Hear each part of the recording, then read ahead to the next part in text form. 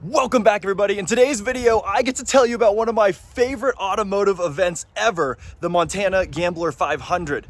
But before we get into that, let me explain what I'm doing with this Ram 50 behind me. Now, if you're unfamiliar with the Ram D50, this is essentially a Mitsubishi Mighty Max, which is why I have changed out the front grille. These are the same exact truck. It's kind of like the Raider and the Montero. They sold these Mighty Maxes under the Dodge name in the US for a number of years. So I bought this beauty right here after the Gambler 500 this year in Montana, and I want to walk you guys through why I bought this, but I also want to tell you a little bit about what the Gambler 500 is and why I think it's such a special event. You can see right here, 500 is written on the side because that's how much money you're supposed to spend on a car. But now let me take you back in time to a video I shot as I was advertising for this event and trying to get people informed and excited about it. What's up, Montana? My name is Brian, and I'm going to be organizing the Gambler 500 in Montana this year, 2024. So I want to make this video to give you guys some updates on what's happening, as well as answer some questions that you guys have been asking about, like what is the Gambler, what do I do, how do I participate? So hopefully this video is really helpful. Go ahead and send it to all your friends and let them know that the Gambler is happening. It's going to be June 14th through the 16th. It's going to be in Pipestone. So let me walk you through what we're going to do, how it's going to go. And if you're new to this whole idea of the Gambler 500, I'd like to say welcome. I hope you guys come check it out with us. It's an absolute blast. So behind me is my Gambler rig that I'm calling the Redneck Safari. It's a GMC Safari. I'm going to walk you guys through it real quick and talk about what do you have to do to prepare for the Gambler 500. So if you're new to the idea of the Gambler 500, it's really simple. You take a cheap car, you go out with some good friends, and you pick up trash and camp for a weekend. It started in Oregon with some guys who said, hey, motorsports are super fun, but we don't have a lot of money, so let's just make this thing happen. So there's a lot of questions about what makes a Gambler rig, so let me introduce you to mine. This is my 1999 GMC Safari all-wheel drive, and I got this thing for $300 running, driving with a clean title. Great deal for me. It's been gutted, it's been run into stuff. It's got a plexiglass window on this side, so that's toast. But I bought this car and it needs a lot of work, but it makes a great Gambler car. So the original intent behind the 500 is that you get a car running and driving and street legal for 500 bucks. After that, you can do whatever you want. You can modify it, you can put lights on it, you can lift it, whatever. But the idea is just a cheap car. Now, this is more of a guideline than a rule. No one really cares. We're all just here to have fun, camp in the woods, and pick up trash. So if you want to bring your grandma's minivan, that's fine. If you want to bring your fully built off-road rig, that's fine. Just know the cheaper and the more beat up the car, the more street cred you get. So if you're thinking, man, I'd love to participate in this, but I don't want to buy another car, I'm not very mechanically inclined, that's fine. Just bring what you've got, be prepared to drive it off-road. You don't have to beat it up, you don't have to flip it or crash it or anything. Just be prepared to have fun and pick up trash. So like I mentioned before, this thing's seen some stuff. Someone threw a log through that window, and then it's been gutted. And I've been using this thing to haul trash and haul scrap metal all over the place. You can see I've done some sweet wiring jobs to hook up these light whips. I just welded the light whips straight onto the body of the vehicle. These rear doors open and this handle was broken, but rather than fix it, just put a piece of paracord on it. Works good as new. So this is gonna be my trash hauler. Maybe I'll even camp in it. This thing is fully set up to haul as much trash out of the National Forest as possible. I added some wheel spacers to make it wider so it doesn't tip over. I also lifted it 3 inches. I have a custom built lift block in here that is absolutely terrible and probably going to break. I also put on these all-terrain tires I had laying around for that extra grip. And I still have a bunch of modifications I want to do to this thing to make it look prime for the Gambler. So as you can see, this is all about just having fun, just working with what you got. No one's trying to show off. We're all just trying to create some kind of funny rig and go out and pick up trash. So now that you know what the Gambler is about, let me show you some of the clips from this year's Gambler 500.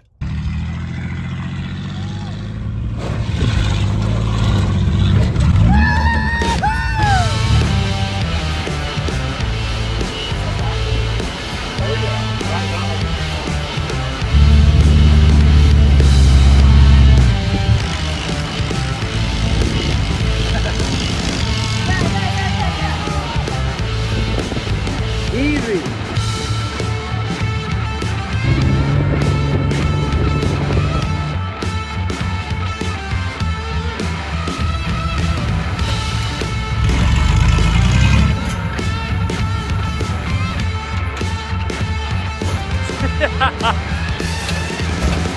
Couldn't have picked a worse line.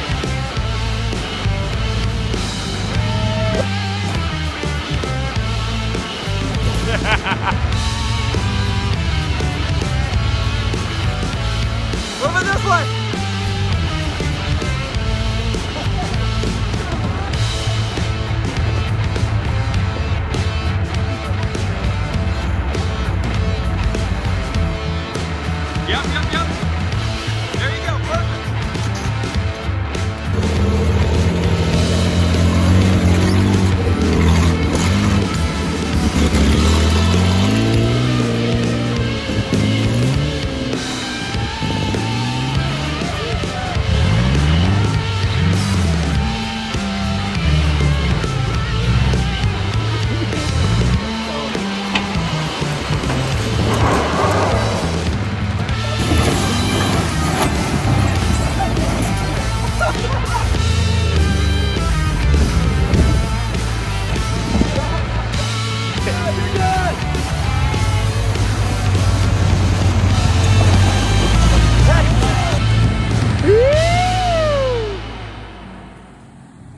So that's the Gambler 500, and it's already passed at this point. That was back in June, now we're in August, but it was so much fun to be a part of. And I have a special place in my heart for the Gambler 500 because I went to the one in Oregon in the Hoop Taro. That's actually why I bought that car. I bought it for 400 bucks, I fixed some stuff, and for a true blue $500, I was able to road trip that thing all the way to Oregon, took it on some massive adventures. And I was actually planning on selling that car when I got back. I thought I'll rally it, I'll beat it up so much, and I'll get 500 bucks back out of it. And I ended up falling in love with that thing because it was so capable.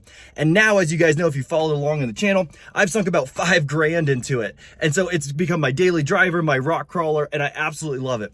But that put a spot in my heart to say, I love cheap cars, I love cheap fun, and there's nothing more fun than taking a car and just beating it up off-road.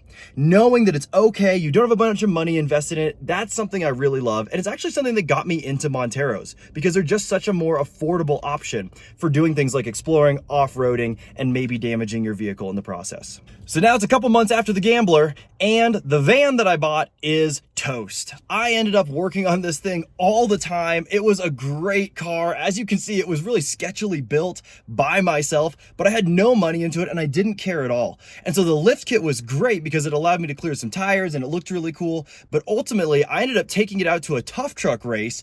I ended up jumping it and I broke the rear axle. At that event, we were working on it, trying to figure out the rear axle was broken, the rear U-joint was broken. I had a buddy run to the store. I had to end up welding it together in the dirt only seconds before the second race started, and I ended up sending it over a jump and the crowd went wild. It was so much fun, but I just did so much damage to the rear end of that. As you can see in this video clip right here, during the Gambler 500, I broke it again, and I ended up having to ratchet strap it together, and that actually held for 400 miles. During the Gambler 500, I actually ended up breaking another U-joint, and I did it the worst spot possible. I was way down in this creek. We were off-roading with a bunch of guys. I was out in front. I tried to send it up this rocky section, and it just popped. And I didn't have a way to repair it out there on the trail, and so somebody had to hook up with a ratchet strap and drag me out of the trail, and it was like 20 miles back to camp. And actually, the two trucks that I ended up buying, both Dodges, are some of the trucks that dragged me out of the woods. So it was actually so much fun to problem solve and figure it out, but it was kind of a ridiculous thing to keep having happen in the van. And so no wonder I didn't want to keep it. I was just kind of done with it. So it was super fun to get out and beat up, but ultimately at the end of the day, that van was toasted. So I ended up parting it out. I pulled out the motor, the transmission, the transfer case. I sold off some things. I took the wheels and tires and I ended up putting them on this Ram, and I'm going to use them in the future. But I got my money back out of it, and so it basically cost me no money.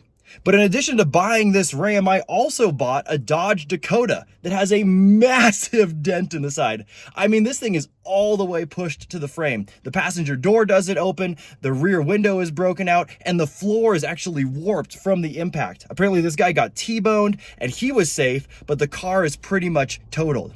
And the reason I picked this up is because the engine out of the van will bolt to the transmission and transfer case in the Dakota, and my plan is to put all three of those things in this Dodge Ram 50. For those of you who know your engine and transmission and transfer case specs, that is a 4.3 liter Vortec out of the Chevy, an NV3500 transmission out of the Dodge, which is a great solid 5-speed transmission, and an NP231 transfer case to make it 4-wheel drive. This is a pretty common swap. People have been doing this in Monteros for a little bit, but it's kind of become a lost art. And so my hope is to rekindle some of that enthusiasm, put a better power plant in here, something that I can really beat on, something with plenty of power. I want to lift it and I want to run 35s on this. And I just want to have this be something that's fun, that I can beat up, that I can take out into the woods, and basically have something I can gamble year round.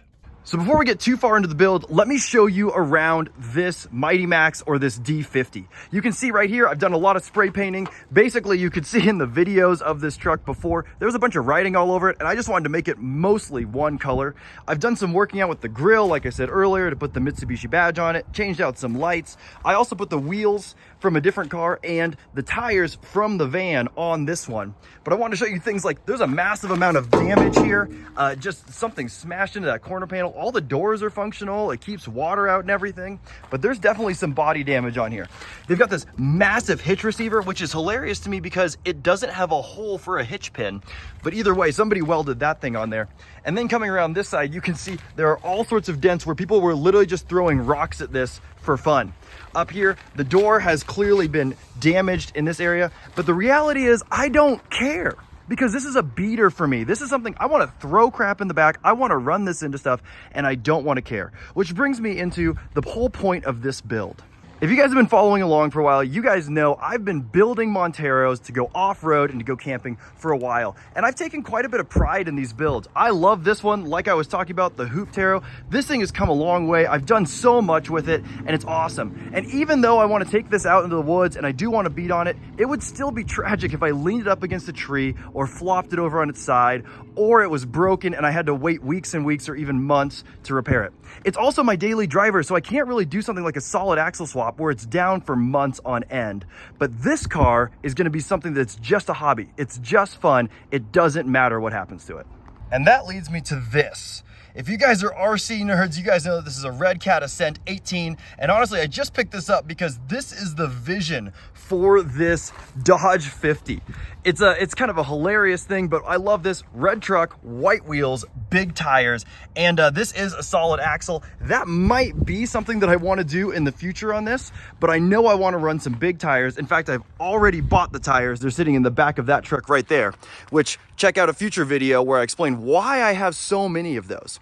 But this is the vision for this truck, is I want something that's just so fun, and if it's down for a couple weeks, if it's down for even a couple months, it's something that I can take apart and I can mess around with. I can hone my fabrication skills, I can try new things, I can risk it, and it doesn't really matter. So that's the vision for this truck.